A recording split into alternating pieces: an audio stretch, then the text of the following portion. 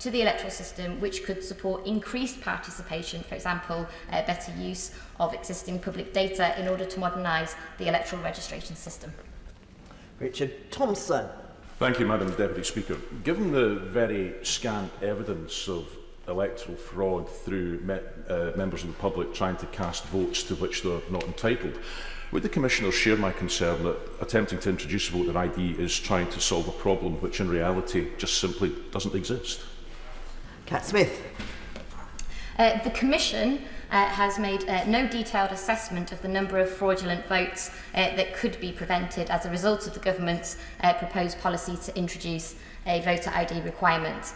While levels of reported electoral fraud in the UK are consistently vary and there is no reliable methodology for forecasting instances of electoral fraud, the Commission has highlighted the lack of an ID requirement as a vulnerability in polling stations across Great Britain, and public opinion research shows this is an issue that concerns voters.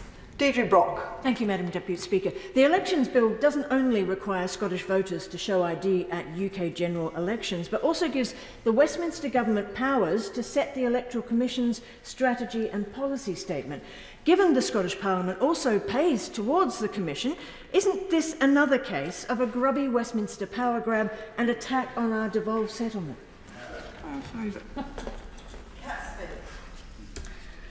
The Elections Bill does cover the whole of the UK, but some provisions would apply differently to elections in England, Scotland, Wales and Northern Ireland. The Commission's view is that, as currently drafted, the proposals for a strategy and policy statement are not consistent with its role as an independent regulator. The scope and power is significantly broader than similar mechanisms in place for other regulators such as Ofcom, Ofgem and Ofwat, which do not include giving guidance about specific matters. The existence of an independent regulator is fundamental to maintaining confidence in our electoral system. It is vital that there is no actual or perceived involvement from government in the Commission's operational functions or decision making. Michael Fabricant. Question 4. To start by commending my honourable friend for the consistent way in which he sticks up for his cathedral in Lichfield, and other members could follow his example, if I may say so. In 2019, England's 42 Anglican cathedrals estimated that they required £140 million of repairs and maintenance over the next 5 years. And the Church Commissioners are providing cathedral sustainability funding of £20 million between 2020 and 2022, double the original plan figure. Well, I thank my honourable friend for his kind comments and also for his answer. Lichfield Cathedral costs around £2 million a year to run, and on good years they're able to set aside a few £100,000 each year to try and restore the damage done to an 800-year-old building through the usual environmental impacts. Is there any chance, because they're not making the £2 million because we're still recovering from COVID, is there any chance of the recovery fund continuing? What I can tell my honourable friend is that the Church is very grateful to the Government for the Culture Recovery Fund allocation to cathedrals of £29.4 million, of which £264,000 has been allocated to Lichfield Cathedral. And I'd also like to commend Gloucester Cathedral's Beacon of Hope appeal, which has raised over £1 million. There's been £3.1 million investment in craft training between the Cathedrals Workshop Fellowship and the Hamish Hobson Foundation, and also, for example, the launch of cathedral gins at Blackburn, Portsmouth, Ripon and Bristol cathedrals in order to raise further funds. All examples other cathedrals could follow. Robert Halfon. Number 5. We have recently appointed a dedicated apprenticeships and early career manager within our in-house resourcing team to focus on building, developing and improving the current apprenticeship scheme. An example of work already underway is the development of our apprenticeship strategy. We are looking at various potential streams of apprentices, including school leavers, targeted external new starters and the upskilling or reskilling of existing staff. We have set a target of 100 apprentices spread across a variety of disciplines, and are also working to build an awareness among existing staff of the career development opportunities available to them. Double wow. Robert Halfon. Thank you, Madam Deputy Speaker. It's very welcome news to hear that 100 apprentices are being employed across the House of Commons. Could I just ask my honourable friend, what is he doing to ensure that we employ apprentices from disadvantaged backgrounds so they have a chance to climb the House of Commons ladder of opportunity? Madam Deputy Speaker, my right honourable friend for Harlow is respected across the House for the work he has done on behalf of apprenticeships. So I am going to say to him, he is going to join me in a meeting with the Apprenticeship and Early Careers Manager at the earliest opportunity so we can drive forward our shared agenda, this House's shared agenda, to get more people from disadvantaged backgrounds working in this place and enjoying this place. Yeah. I apologise to the Honourable Member for Lichfield and to the Honourable Member answering on behalf of the Church Commissioners. I have made a mistake. Having called the Honourable Member for Lichfield to ask his question, I then didn't give the Honourable Gentleman the opportunity to answer it. I do apologise. Andrew Selous, or perhaps the Honourable Member for Lichfield would like to remind us of the gist of his question. A double showing is marvellous, Madam Deputy Speaker. So really, I thought I did ask it, but anyway, I was asking whether the recovery fund might be continued, but I did think actually he answered. Yeah. As you've invited me, Mr. Speaker, I shall. The Church of England will absolutely carry on pressing the government to continue with this funding because it has been so important. Danny Kruger not here. Danny Kruger is not here. So John Lamont. John Lamont. Question number 8, please. And Madam Deputy Speaker, the Archbishop of Canterbury will be attending COP26 with Anglican Communion colleagues, and last month he joined Pope Francis and the Ecumenical Patriarch Bartholomew to pray that world leaders, individuals and businesses will take the right decisions for our planet. John Lamont. The Church has tremendous influence both here and across the world. So how is the Church of England encouraging its members to support successful outcomes from COP26? To my honourable friend, and I can tell him that churches are signing up to be eco-churches in increasing numbers, and 38 out of our 42 dioceses are signed up to be eco-dioceses. In addition, the Church of England started the Transition Pathway Initiative, whose membership now comprises funds of $40 trillion. And the Transition Pathway Initiative has partnered with the Grantham Research Institute at the London School of Economics to track 10,000 companies to make sure that they are on a timely path to net zero. Neil Hudson. Dr. Neil Hudson. Number 10, Madam Deputy Speaker. Andrew Selous. Thank you, Madam Deputy Speaker. In 2020, the amount of parish share received by dioceses was 7% below 2019 levels, and in the year to date it's running at 10% less than in the same period in 2019. And parish income has also been badly affected by the loss of hall, letting and other events income. Neil Hudson. Thank you, Madam Deputy Speaker, and I thank my honourable friend for that answer. I'm sure he will agree with me that churches up and down the land have done an amazing job throughout the pandemic in terms of pastoral care, community support and delivering services virtually and now physically again. It is so important that they have a secure financial future moving forward. Can my honourable friend give the House an assessment on the progress and impact of the electronic giving system being piloted in Cumbria by the Diocese of Carlisle?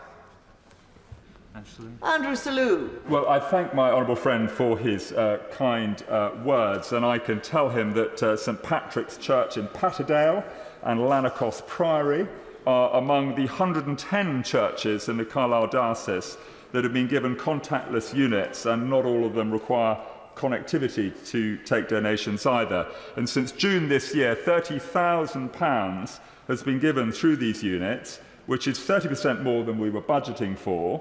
And we know that the average contactless donation is almost 3 times higher than the average cash donation, and the average online donation is 10 times higher. So where Cumbria leads, the Church of England should follow. Thank you.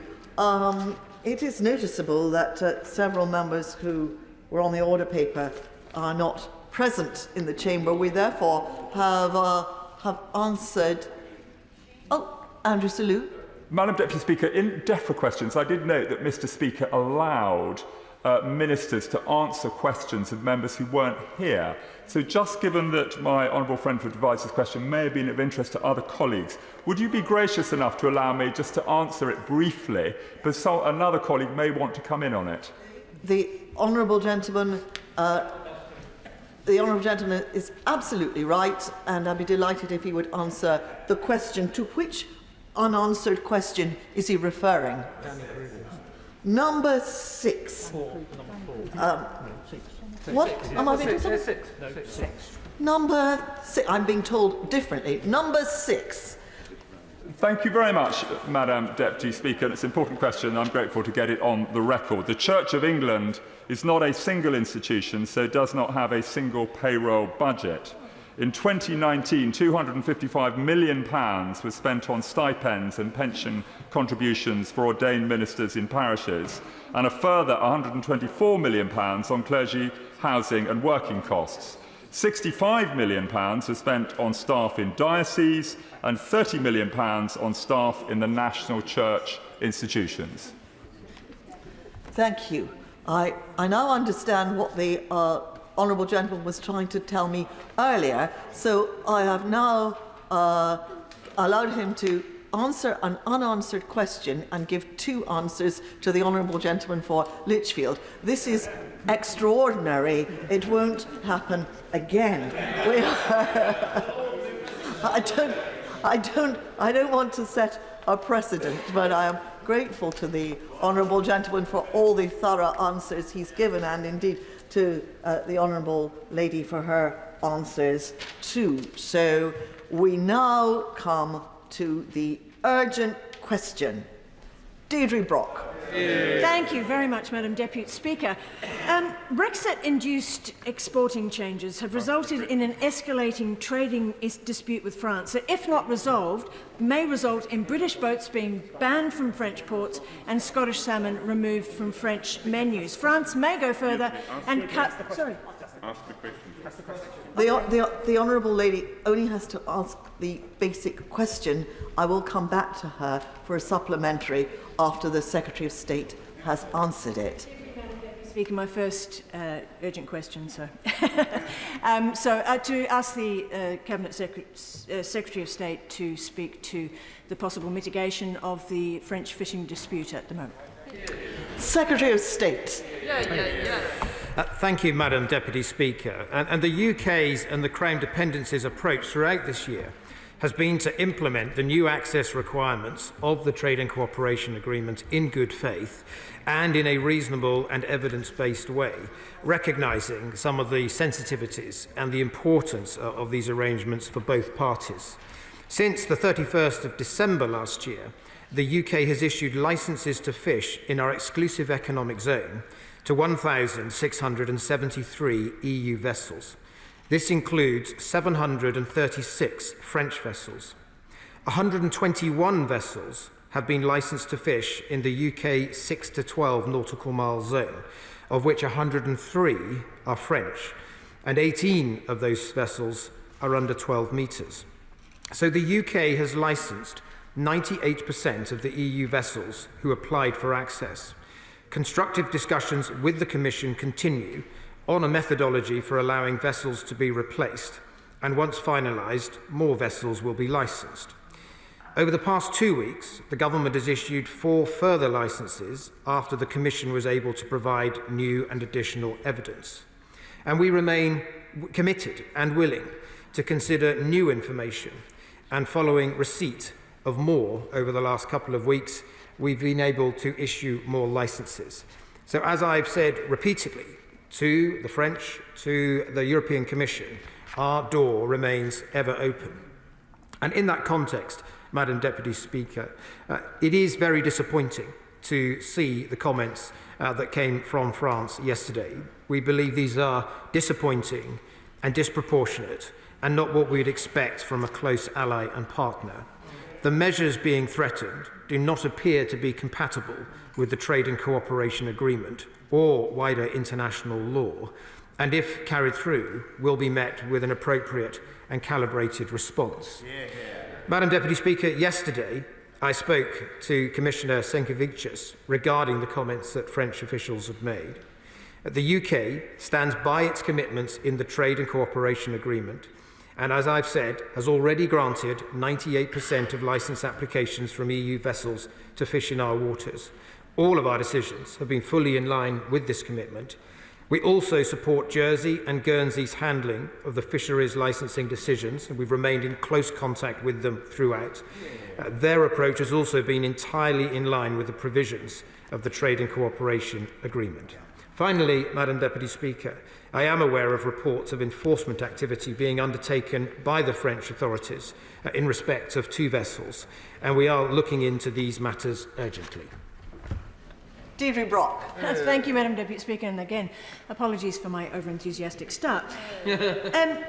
Brexit-induced exporting changes have resulted in an escalating trading dispute, as we've heard with France, that if it is not resolved, may result in British boats being banned from French ports and Scottish salmon removed from French menus. We may see France go further and cut electricity supplies to the Channel Islands and delay French custom checks on goods arriving from the UK, further disrupting our economy. French officials, and I have to say there is a considerable difference between the numbers of licences that the Secretary of State has just given us and the number of licences that the French claim have been issued.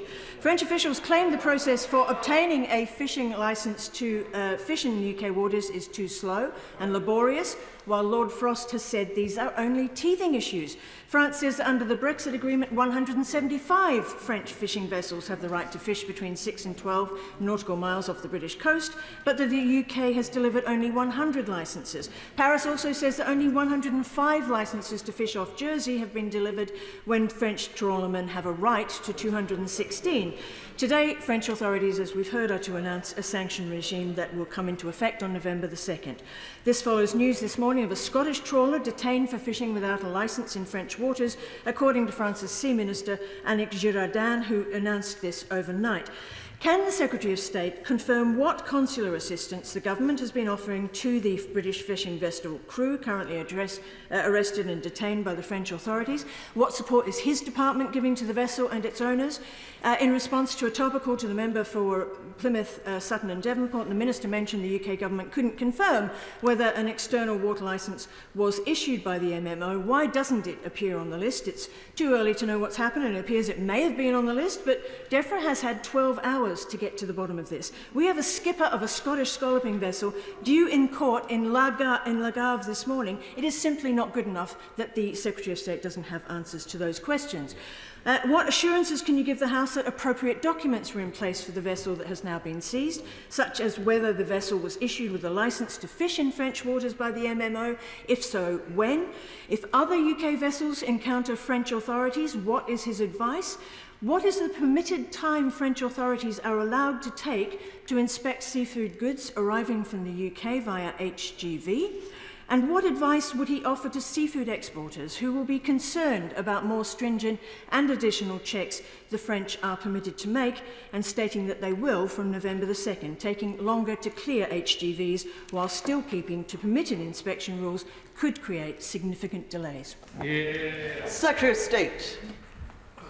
Thank you, Madam Deputy Speaker. And of course, it's important to note that although the Honourable Lady refers to this being a trade dispute over trading arrangements, what's actually happening here is the French are threatening to take a particular approach to trade, but linked to, as they see it, issues that they have over the issuing of fishing licences.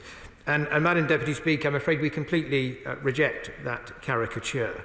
The Honourable Lady says that France has claimed it's been too slow. That's not true. Indeed, the vast majority of those 1,700 or so vessels that we have already licensed received their licence on the 31st of December. The only vessels that didn't have a licence immediately were those who struggled to marshal the data to support their application. But as soon as data has been provided, those vessels have been granted their access. And as I said earlier, many of those vessels are indeed French vessels. The Honourable Lady also mentioned the issue of the two vessels that have been initially detained. We understand one of them may still be detained. She raised the issue about whether a licence had been issued. What I've been able to establish so far is that in respect of that vessel, they were on the list that was provided by the MMO initially to the European Union. The European Union therefore did grant a licence. We are seeing some reports that for some reason they were subsequently withdrawn from the list.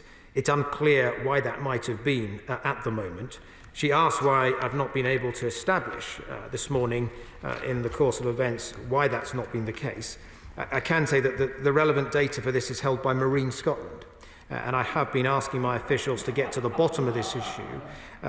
We have been told that Marine Scotland hope to get back to us within the next hour or so. But look, my officials will work very, very constructively with the Scottish Government, with their agencies such as Marine Scotland, to understand what happened in the case of this particular vessel. David Ducat. Thank you very much, Madam Deputy Speaker. Given the escalation and the more, I think the words they use is more forceful language coming from not the French fishing industry, which we're kind of used to by now, but actually the French government. Can my right honourable friend confirm that the licensing process that's currently under dispute is entirely in line with not just the UK Fisheries Act, but also the Trade Cooperation Agreement itself, which was signed by all sides? And can he also commit that this government will not grant any further concession beyond that which is already granted to the French and other EU countries through the Trade and Cooperation Agreement? Secretary of State. Well, Madam Deputy Speaker, first of all, can I congratulate my honourable friend on his new role as our fisheries envoy in the government. I can think of nobody better to be a champion for the interests of fishing. And he raises a very important point, that being that everything we've done is entirely consistent with what was agreed in the Trade and Cooperation Agreement. And the point here, the reason that some vessels inevitably will not receive the licence that they might have had previously is that both the Trade and Cooperation Agreement is different to both the Granville Bay Agreement that we had in respect of Jersey and, of course, the previous provisions of the Common Fisheries Policy, in that access is now determined by a reference period. And there will be some vessels that might have had the right to access, but nevertheless never used that access during the reference period, and will therefore, under the terms of the agreement that everybody understood, all sides understood, will no longer be entitled to access. Luke Pollard. Thank you, Madam Deputy Speaker. The threats and actions from France are completely wrong and unacceptable. There is a real need to ensure that everyone involved with this uses language to de-escalate the situation, to not risk the lives of either British or French fishers in any clashes at sea, and to ensure that there is uninterrupted trade between the United Kingdom and France. It's really important to set that out, but it seems to me that this situation is a result of the government losing control of some of the negotiations and positions that keeps our fishers safe for some time along the way. Can the Secretary of State set out, are the crew okay, and what support is being given to them? Can he also set out clearly that we expect our British fishing boats to be able to fish legally and sustainably and uninterrupted in French waters, as French boats can expect to fish legally, uninterrupted and sustainably in British waters, as per the agreement that has been set out? There is a real concern that the botched Brexit deal is going to lead to more clashes between UK and European fishers. Can he set out what steps he's taken to ensure that there is no further clashes and no risk of escalation? And can he also set out what steps he's taken to support our industry to make sure that this important trading period, where UK seafood exports provide a huge part of the annual income for fishing businesses, are not uninterrupted, because there's a risk that it erodes confidence in European suppliers from buying from British companies? Can I further ask the Secretary of State if he will, once having investigated whether the licence for this boat, if having been granted by UK authorities and subsequently removed from an MMO or Marine Scotland register, whether he will come back to the House to report on what has happened, what lessons can be learned, and to ensure that this doesn't happen again. But can I ask him sincerely to use his offices within government to ensure that there are no voices that seek to escalate and churn up distrust between ourselves and our colleagues in Europe, because in the risk of escalation is the risk of lives being put at risk at sea, and we must ensure that everyone that goes to sea to catch fish is safe. Thank you. Secretary of State. Thank you, Madam Deputy Speaker. And can I just welcome the tone with which the Honourable Gentleman has approached this. He's absolutely right that it is important that we remain calm on this, that we try to de-escalate it. The UK government and the authorities in Jersey and Guernsey have implemented the provisions of the Trade and Cooperation Agreement. We've licensed many vessels. In the case, for instance, of Jersey, while they have 65 of their own vessels in their waters, they will have granted access to well over 100 EU vessels to be in their waters. They've not been unreasonable in this. He asks about the issue of the crew. I have asked my officials this morning in the conversation I had to check that. We don't think there are any issues with the crew. The vessel was asked to go into port in the usual way as part of a routine inspection, and we don't think there are any issues of that sort to be concerned about. He's also right that UK vessels with a licence to fish in EU waters should be allowed to do so uninterrupted. And it's also the case that the UK will continue to implement and enforce things in good faith in our EEZ as well. We're not going to get into a sort of retaliatory tit for tat on this kind of thing. It's important, I think, that everybody remains calm. What I would say is, in terms of what the French have said that they will do in terms of borders, obviously France as an EU member state is bound by the official control regime, and there will be a role here for the European Commission to ensure that France doesn't break EU law in any approach that it'll take. And that's why obviously our principal port of call for this is talking to the European Commission, who negotiate on behalf of France on these matters. But we will also, of course, speak to French ministers and French officials as well. And finally, Madam Deputy Speaker, I don't agree with the caricature of the Honourable Gentleman that this is because we have lost control of a negotiation. The reason we have these tensions is that what we secured in the Trade and Cooperation Agreement means that there will be some EU vessels that previously had access that won't enjoy access in future. And obviously that's causing a bit of tension. We do understand that even though those vessels probably never accessed our waters and never took up the right that they had, it's an option that they would like to retain. But put simply, that is not what the Trade and Cooperation Agreement provided for. So it is by adhering calmly but resolutely to the terms that were agreed in the Trade and Cooperation Agreement that we have some of these tensions. Tim Lawson. Thank you, Madam Deputy Speaker. I do find it extraordinary that the SNP seem to be racing to take the side of the French rather than standing up for British interests. The boat in question that has been detained is a Scottish-owned boat that operates out of Shoreham in my constituency, which is the largest port for scallops, which is what this boat was involved with in the country, and is a very important trade that has always been done within the rules through the port of Shoreham. My fishermen are more concerned about the infringement of French fishing boats into our waters that appear not to be following the rules. So can we have some assurances, first of all, that the Secretary of State, I'm sure, will do everything he can to make sure the fishing boat from Shoreham is properly looked after, but make sure there's proper enforcement action against infringements which are happening by French fishermen and women in our waters? Secretary of State. Well, Madam Deputy Speaker, I thank my honourable friend for that intervention.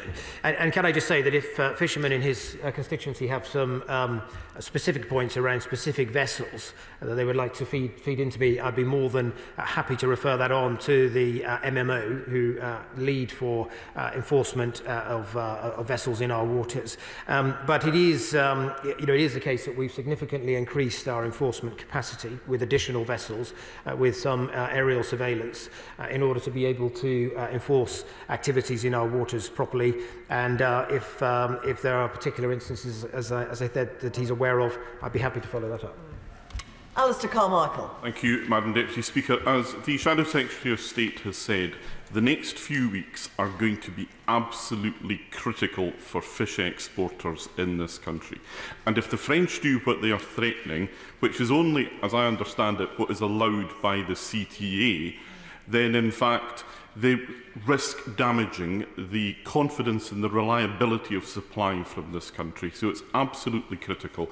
The Minister has given the number of licences that he's issued. He should also be aware that a number of these are for super trawlers over 100 metres, for fly shooters, that he has given away access to non-quota species without limit, and that this is on top of a cooperation and trade agreement that allowed access to the 6 to 12 mile limits, which was not what was promised. So when he has given away so much already, why is he risking this over such a small number of small boats that we must always have known would struggle to get the data to justify the creation of track record? Secretary of State. Well, thank you, Madam Deputy Speaker. And I think what the honourable gentleman is saying in a nutshell is, shouldn't we just roll over and accept these vessels even though they don't qualify? I mean, the position of the government is there were very clearly agreed terms in the trade and cooperation agreement. Any vessel that qualifies has been granted access, and that includes many vessels, close to 1,700 in our exclusive economic zone.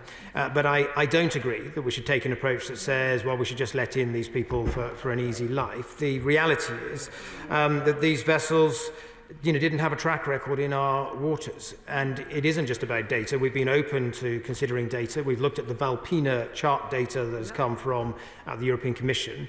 Because the French were struggling at one point to provide the data, the UK government actually went into the commercial market and bought AIS data for some of the French vessels so that we could help understand their application better. And so the data is available in many cases. We've sought to be as helpful as we can to assist the EU in providing that data. But if they're unable to provide that data, there comes a point when you have to assume that they probably did not access during the reference period. Bob Seeley. Thank you very much, Madam Deputy Speaker, and I thank the Secretary of State for his actions, and I urge him to hold fast and make sure that we and the French obey the rule of law. My question, if the French government, clearly under Monsieur Macron's need to get re-elected and sort of attack us as part of that, keeps threatening us and frankly abusing their power, I don't understand why we can't be gently encouraging our exporters to use non-French ports and to move our supply lines potentially to people who are not going to play politics with the economy, both of the European Union but also the United Kingdom. Thank you. Secretary of State. Well, thank you, Madam Deputy Speaker. And I think, look, if obviously the French did carry through that threat, well, then individual businesses would make decisions about how best to get their goods to market. But I think the important thing is we very much hope that they won't. We don't think it's consistent with the trade and cooperation agreement. It probably isn't consistent with the official control regime under EU law. The official control regime exists to manage risks, and it's a risk-based regime. It is not there really to be used to try for retaliation, as it's being described. Karen Smith. Madam Deputy Speaker, isn't it really time now to get rid of Lord Frost? He continues to damage the relationship. He's obviously got a lot of friends, presumably that's why he's there. He continues to damage the relationship with Ireland, our nearest neighbours. The Falkland Islanders still have not an agreement about their tariffs because of the lack of agreement with the Spanish, and now this long-running brewing dispute with the French continues. The Secretary of State talks about constructive discussions, but clearly, with Lord Frost at the helm, continuing to destroy these relationships, that's not possible. Secretary of State. I have to say, I think it's an absolute nonsense what the Honourable Lady has said. I work closely with the noble Lord Frost. He's a very able negotiator. He stands up for the interests of our country in these discussions, and I can also assure has very good relations with the negotiators that he deals with from the European Union. Michael Fabricant. Thank you, Madam Deputy Speaker. May I commend to the House an excellent history book called 1,000 Years of Annoying the French. This is nothing new. This has been going on for hundreds, if not 1,000 years. But my right honourable friend has mentioned the role of the European Union, and the European Union always claimed that they are an organisation based on rules. What conversations has he had with the Commission or Commissioners regarding this dispute? Secretary of State. Well, thank you, Madam Deputy Speaker. And I spoke to Commissioner Virginijus Sinkevicius yesterday to discuss this issue and the general licensing issue, and did ask him whether what was being suggested was consistent with EU law under the official control regime, but also the Trade and Cooperation Agreement. Expressed our view that we felt it was not consistent with either. He obviously at that point hadn't had a chance to discuss the matter with the French, but undertook to do so. Cat Smith. Thank you, Madam Deputy Speaker. And I do hope in your recent visit to Lancashire for the G7 Speakers Conference you got to enjoy our Morecambe Bay potted shrimps and Fleetwood fish. Indeed, much of the UK fishing industry is made up of small-scale fishers and fish processors. So can I ask the Secretary of State what the mechanisms proposed in the EU Trade and Cooperation Agreement to resolve these kind of disputes, whether or not those are being used at the moment to resolve this dispute? Secretary of State. Thank you, Madam Deputy Speaker. The answer at the moment is that we are applying what was agreed, so there doesn't need to be further technical groups on this. We do have very close relations with the European Commission, and we are at official level sharing all of our methodology with them. For the vessels that we've not so far been able to grant a licence to, we've shown precisely the data that we have or don't have that means that is the case. And we continue to work very closely with the European Commission on identifying vessels that might qualify. Claire Coutinho.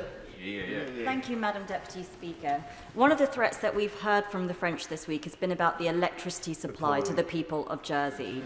I am glad that the Minister is speaking to the European Union. Would he confirm that he will make it quite clear that threatening the electricity supply in this kind of dispute is wholly outside of the terms of the TCA and wholly unacceptable from a close and trusted ally? Secretary of State. Thank you, Madam Deputy Speaker. And look, the UK government will stand squarely behind Jersey on this matter. As I said, we've worked closely with them on their methodology for issuing licences, and we believe they entirely are consistent with the Trade and Cooperation Agreement and that they've been reasonable throughout. So yes, as I said earlier, we do think that the threats that France has made are disappointing and disproportionate, not what we would expect from an ally, and we also believe that they're not compatible with the Trade and Cooperation Agreement. Jim Shannon.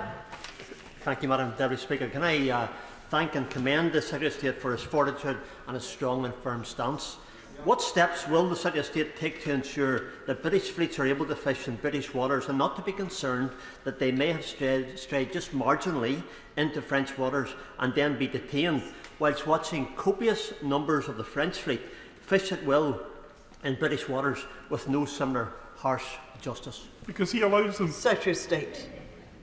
Well, thank you, Madam Deputy Speaker. And under the terms of the Trade and Cooperation Agreement, I think that's unlikely, in that the vessels are able to enter one another's exclusive economic zone, and licences have been issued for that. Most of these remaining issues pertain to the 6 to 12 mile zone in English waters only, not in Scottish waters. Mostly vessels know where they are, in my experience. They have pretty accurate chart plotter data. Andrew Barry.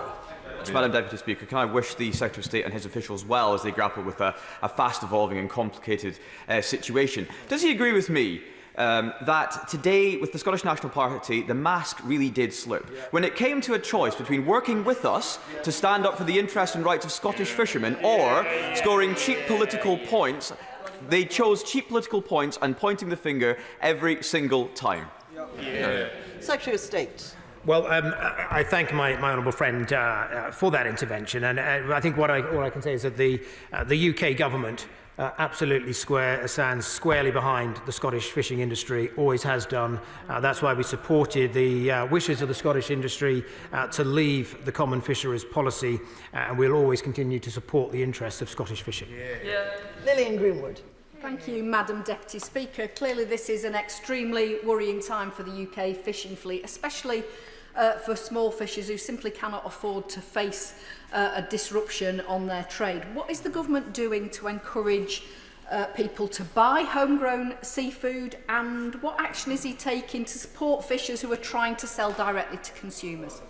Secretary of State. Well, thank you, Madam Deputy Speaker. And during the pandemic, there was a fall in the price of many species of fish as restaurants and the catering trade closed. I can now say that with things reopening again, the price of fish has bounded back and is in a very strong position at the moment. During the pandemic, we did run a number of schemes in conjunction with Seafish to promote greater consumption of fish at home. Peter Aldous. Thank you, Madam Deputy Speaker. The non-enforcement this year of total allowable catches for non-quota species in UK waters has not only undermined our own inshore fleet, but it may also have sent out the signal that the UK will not enforce rules designed to promote sustainable fishing and our own domestic industry. And this might have played a contributory role in leading up to these incidents. I would be grateful if my right honourable friend could confirm that these TACs will be enforced this coming year. Secretary of State. Well, Madam Deputy Speaker, I don't think, in fact, that there's a connection between the approach taken on non-quota stocks, for which there was specific provision in the Trade and Cooperation Agreement, and this particular issue, which is very specifically about certain vessels that don't qualify for access to our waters. However, on the point that he raised, this is something that we will be discussing again with the European Commission at the next annual negotiations, the UK-EU bilateral, and it remains our position that yes, there must be some limits set on those particular species for non-quota stock species, and we'll be seeking to progress that next year. Margaret Farrier. Thank you, Madam Deputy Speaker. The chairman of the Regional Fisheries Committee in Northern France has indicated that his members could block UK products being exported through the Calais port and Channel Tunnel. We have already seen how strained our supply chains are. What discussions has the Secretary of State had with his Cabinet colleagues about the potential impact of this move, and what steps will be taken to mitigate that? Secretary of State. Well, thank you, Madam Deputy Speaker. Obviously, this is a situation that arose yesterday, but has been brewing probably for the last fortnight. I have had regular discussions with some of my Cabinet colleagues, most notably the Noble Lord Frost, on this matter because of the position that he has on the wider negotiations. But I would point out that, as I said earlier, there are 736 French vessels that have been licensed to fish in our waters. We've behaved very reasonably on this issue throughout. Craig Williams. I reassure the Secretary of State that we have absolute confidence in the Noble Lord Frost on this side of the chamber. Can I welcome his reassurance that at all times we have acted with the TCA, and having met the Jersey government and seen the data firsthand, the GPS data, I echo their pleas for the French governments and the Commission to publish publicly anything they disagree with. Given France gave up sovereignty over this policy area to the European Commission, can I ask the Secretary of State to reassure us that the Commission will not support any break in the law of the TCA from France unilaterally? Secretary of State. Well, Madam Deputy, my honourable friend makes a very important point. It is because France is an EU member state. It is, of course, for the European Commission to speak for France on these matters. And that is why our first port of call in these discussions is with the European Commission, who have the legal viries to represent France on fisheries matters. What I would say is, as we all know, the European Union takes its laws very seriously, and I hope will therefore ensure that its member states abide by them. Andrew Bridgen.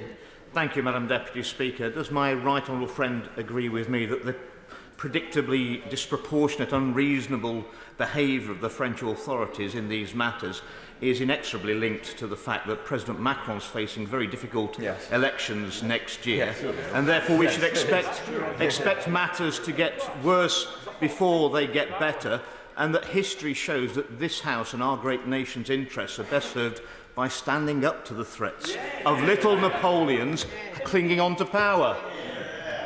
Secretary of State. Well, I note what my honourable friend says, but I would simply say, Madam Deputy Speaker, I'm a bit more optimistic on this, in that I think in this job you always have to hope that things will get better, and get better now rather than get worse before they get better. Martin Vickers. Thank you, Madam Deputy Speaker. It may be fair, it may be unfair, but over the last 50 years, probably more, fishing communities around the UK have lacked confidence in successive governments that they would be robust enough in the defence of the interests of the fishing community. Whilst I understand my right honourable friend doesn't want to escalate the present situation, can you give an assurance that we will be extremely robust in defending the interests of fishing communities around the UK? Secretary of State. Well, my honourable friend raised an important point, although it's important also to point out that over the last 50 years, no UK government has had the legal right to defend its interests properly in fisheries, since the common fisheries policy meant that this is a policy area ceded to the European Union. But the UK government believes passionately in our fishing industry. It's one of the great opportunities of leaving the European Union, and that's why we will, of course, be supporting our fishermen during this difficult time. Leonici. Thank you, Madam Deputy Speaker. As the Secretary of State says, this is extremely disappointing. But when I talk to constituents in Great Grimsby, if we were going to actually describe this in an emoji, I think it would be the rolling eyes emoji, because we expect nothing other, sadly, of French politicians to do this to us. But this is extremely concerning, not only for the trawlers in Grimsby, but also our fish processors who export out. But we need to make sure that we are balancing in what we're doing, but also to make sure, as other colleagues have said, that we are being robust, and that can he assure me that he is going to say to the EU and to France that we won't be bullied, and it's about time they started working with us as allies and not enemies. Secretary of State. Madam Deputy Speaker, we've been clear with the European Commission that we are abiding by the terms of the Trade and Cooperation Agreement, and expect them to do the same. Rob Butler. Thank you very much, Madam Deputy Speaker. Further to the comments from my right honourable friend on the threats to cut electricity to Jersey, can he reassure people throughout the Channel Islands who are understandably somewhat concerned this morning that the UK will stand solidly with the Crown dependencies in the face of any intimidation from France, whether it's about fishing or indeed any other topic? Secretary of State. Madam Deputy, yes, of course. Duncan Baker. Thank you, Madam Deputy Speaker. The British people do not take kindly to provocation and intensely dislike the threats from other nations. If the French are so keen on impounding boats, perhaps they could focus on the real issue, which is the hundreds of migrants illegally crossing the Channel day in, day out on small dinghies. Would my right honourable friend agree that France's threats are disproportionate and not at all what we'd expect from a close ally and partner? Secretary of State. Well, Madam Deputy Speaker, I agree that they're disproportionate and not what you would expect of a close ally, as I said in my opening remarks, and I'm glad that my honourable friend was listening. Thank you. We now come to the business question. Tangham Debonair. Thank you, Madam Deputy Speaker. To ask the Leader of the House for the forthcoming business. Lord President of the Council. Thank you, Madam Deputy Speaker. The business for the week commencing the 1st of November will include Monday, the 1st of November, continuation of the budget debate. Tuesday, the 2nd of November, the conclusion of the budget debate. Wednesday, the 3rd of November, a motion relating to the third report of session 2021-22 from the Committee on Standards, followed by the second reading of the Nuclear Energy Financing Bill, followed by a motion relating to the membership of the Speaker's Committee for the Independent Parliamentary Standards Authority. Thursday, the 4th of November, a general debate on proposals for an inquiry into the UK's involvement in the NATO-led mission to Afghanistan, followed by a general debate on the use of medical cannabis for the alleviation of health conditions. The subjects for these debates were determined by the Backbench Business Committee. Friday, the 5th of November, the House will not be sitting. The provisional business for the week commencing the 8th of November will include Monday, the 8th of November, the consideration of Lord's amendments to the Environment Bill, followed by consideration of Lord's amendments to the Telecommunications Security Bill, followed by an opposition day, 7th allotted day, second part. There will be a debate on a motion in the name of the official opposition. The subject is to be announced. Tuesday, the 9th of November, business to be determined by the Backbench Business Committee. At the conclusion of business on Tuesday, the 9th of November, the House will rise for the November recess and return on Monday, the 15th of November. If I may, Mr. Speaker, take this opportunity to correct a figure I gave last week. When I gave one that was out of date, for which I apologise, I said to the Honourable Member for York Central, who is in her place, that there were 650,000 fewer children living in workless households than in 2010. The latest figure from the 29th of September, which I apologise for having missed, is 580,000 rather than 650,000. But I'm glad the Honourable Lady is in her place, and I therefore had the opportunity to correct the information I gave her. Thank you, Deputy. Thank you, Mr. Speaker, and I thank the Leader of the House for the forthcoming business. First of all, on behalf of the many staff as well as colleagues who've asked to be able to plan for next year, I wonder if the Leader could next week give us the recess dates for 2022, please. Mr. Speaker, I am relieved to see the motion on the business statement on the report from the Standards Committee that was published this week into the conduct of a member. If any members have not yet read the report, I would urge them to keep an open mind and read the report before the motion is debated. Mr. Speaker, it was good to see that yesterday almost all of the Cabinet took the Health Secretary's advice to wear masks, but I do note the Leader of the House did not. He still appears to think that a fraternal and convivial spirit will protect him from COVID. But meanwhile, Mr. Speaker, in the real world, COVID rates are still high. They are largely, apparently, unhindered by the £37 billion the government spent on their test and trace programme. According to the Public Accounts Committee report published yesterday, this was, and I quote, muddled, overstated and eye-wateringly expensive. It failed on its main objective to prevent lockdowns and get normality back, and just 14% of 691 million tests have been registered. So much for world beating. So will the Leader of the House ask the Health Secretary, not a junior minister, but the Secretary, to come here and explain why the government is wasting our constituents' money with crony contracts filling mates' pockets? Yeah. Mr. Speaker, yesterday we had what I can only describe as the remainder of the budget. Given that we'd had 5 days of Treasury announcements, I think we can't really call them leaks, in the press. The Chancellor seems to have forgotten that the government's own ministerial code says when Parliament is in session, the most important announcements of government policy should be made in the first instance in Parliament. And I know the Leader of the House has very strong commitments to the primacy of Parliament. So will he once again, please, I'm afraid, remind his colleagues that Parliament, not the press, is the place for policy announcements? And whilst I'm on the subject of the ministerial code, Lord Geit was appointed in April as the independent adviser on ministers' interests, but 6 months later we still do not have an updated code, which we were expecting. So could the Leader of the House please confirm when this will be published? Mr. Speaker, we are days, in fact really hours now, away from what should be and could be the most important environmental summit in history. As host nation, we have an incredible one-time chance to change the